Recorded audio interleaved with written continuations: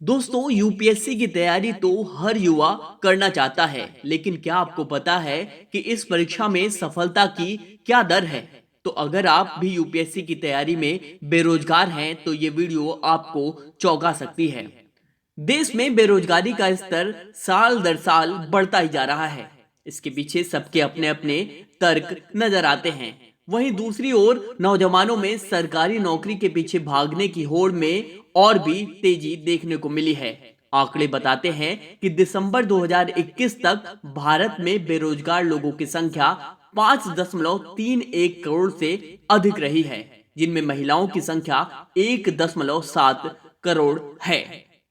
इन आंकड़ों पर नजर डालें तो साफ स्पष्ट होता है कि भारत में बेरोजगारी की समस्या अपने चरम स्तर पर है, लेकिन इसके पीछे वैज्ञानिक अध्ययन करने की जरूरत नजर आती है, जिनमें यदि हम बेरोजगार व्यक्तियों की संख्या पर नजर डालें तो उनमें से ऐसे भी बेरोजगार बड़ी संख्या में मिलते हैं जो शिक्षित होने के बावजूद भी सरकारी नौकरी की तैयारी में लगे होते हैं और अपने को बेरोजगार की श्रेणी में रखते हैं। जब देश के प्रधानमंत्री देश में स्टार्टअप और स्टैंड अप की बात करते हैं तो विपक्ष का एक खेमा उन पर यह आरोप लगाता है कि पढ़ा लिखा ग्रेजुएट नौजवान समोसे की दुकान लगाने के लिए पढ़ाई नहीं करता है। यह आरोप उन छात्रों के मन को खूब भाता है जो किसी न किसी रूप में शिक्षित होने के बावजूद भी स्वयं की इच्छा से नौकरी ना करके खुद को बेरोजगार की संख्या में रखते हैं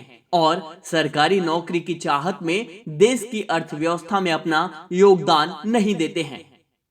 यहां इस बात को समझना होगा कि देश में पढ़े लिखे ऐच्छिक बेरोजगारों की संख्या भी बहुत अधिक है, जो सरकारी नौकरी में आने के लिए खुद को बेरोजगार रखते हैं। देश में सरकारी नौकरी की तैयारी करने वाले आंकड़ों के पर नजर डालें तो पाते हैं कि यदि सरकार किसी डी क्लास सर्विस के लिए आवेदन निकालती है तो उनमें भी उच्च शिक्षा प्राप्त व्यक्ति भी अपने को दावेदार मानते हैं और उस परीक्षा में सम्मिलित होते हैं। ऐसे में यह तथ्य उजागर होता है कि लोगों की दीवानगी सरकारी नौकरी के पीछे अधिक नजर आती है और वर्तमान भारत की आज भी वही समस्या है कि आज की पीढ़ी भी प्राइवेट नौकरी की अपेक्षा सरकारी नौकरी को ज्यादा महत्व देती है, चाहे वह नौकरी उसके अर्जित शिक्षा के स्तर की हो या नहीं।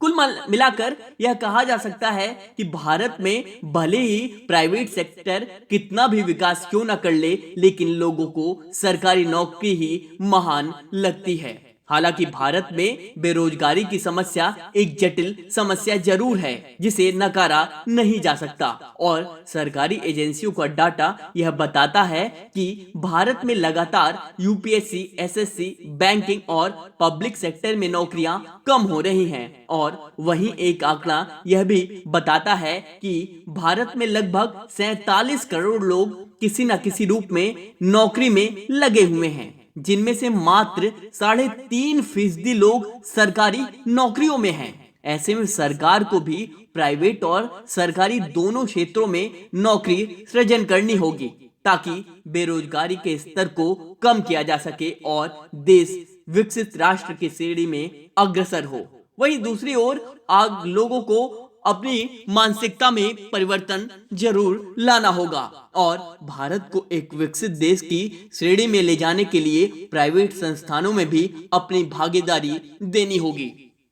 तो दोस्तों, यदि आप किसी भी सरकारी परीक्षाओं की तैयारी कर रहे हैं, यूपीएससी की तैयारी कर रहे हैं, आईएएस बनना आपका लक्ष्य है, आईपीएस बनना आपका लक्ष्य है और आप ऐच्छिक रूप में अपनी इच्छा के अनुसार बेरोजगार हैं, कहने का आशय यह है कि यदि आपने बीटेक किया हुआ है, आपने कोई प्रोफेशनल कोर्स किया हुआ है, उस कोर्स करने के बावजूद आप किसी ऐसी सरकारी परीक्षा की तैयारी में लगे हुए हैं जिनके स्तर पर आंकड़े यह निकाले जाएं कि आप अभी भी बेरोजगार हैं, तो ये आंकड़े कहीं ना कहीं थोड़े गलत लगते हैं, क्योंकि आपकी जो डिग्री है, आपके का जो स्किल है, वो देश में कहीं ना कहीं अभी वर्तमान में प्रयोग में आ सकता है और आप देश की अर्थव्यवस्था में अपना योगदान आज दे सकते हैं।